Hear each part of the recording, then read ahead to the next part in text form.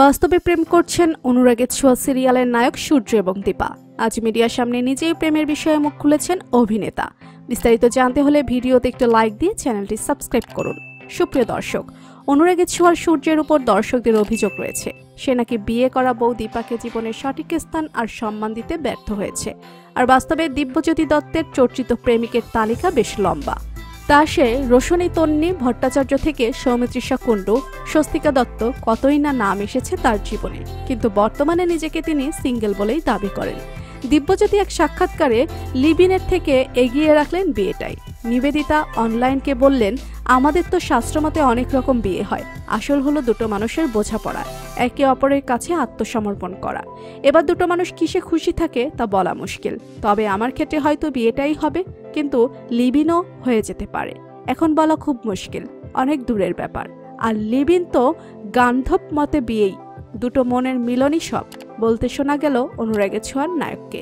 বিয়ে মানে একটা অথরাইজেশন। অনেকে লিভিনে সঙ্গীকে ঠকায়। আমার ভাই প্ররব্ধি আর অস্মিতা চক্রবর্তী দীর্ঘদিন ধরে লিভিন করেছে, ওরা একে অপরের প্রতি খুবই সৎ।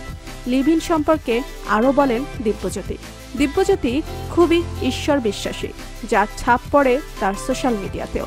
জানালেন, মা খুব আধ্যাত্মিক, মায়ের থেকেই এটা পেয়েছি। আমার বাড়িতে মা লক্ষ্মী পুজো করা হয়, মহাদেব আছে, গোপাল আছে, মাকে দেখেছি ঠাকুরের সেবা করতে, সেটাই আমার জীবনেও প্রভাব ফেলেছে। কলেজ পড়তে পড়তেই জয়ী ধারাবাহিকে কাজের সুযোগ আসে।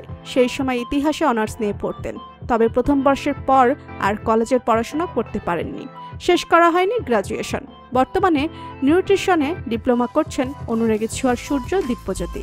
আপাতত তাকে আর স্বস্তিকার জুটিকে মন প্রাণ দিয়ে ভালোবাসে দর্শক অনুরাগীরা। 2 বছরের বেশি সময় ধরে টিআরপি তালিকাতেও ভালো নম্বর পেয়ে আসছে জলসার অনুরাগের ছোঁয়া ধারাবাহিকটি। তো বন্ধুরা, আপনারা কি চান সূর্য দীপা বাস্তবেও বিয়ে করুক? অনুরাগের ছোঁয়া সিরিয়ালটি আপনাদের কেমন লাগে জানিয়ে দিন কমেন্ট করে। যে কোনো আপডেট নিউজ সবার আগে পেতে হলে সাবস্ক্রাইব করুন আমাদের চ্যানেলটি। ধন্যবাদ।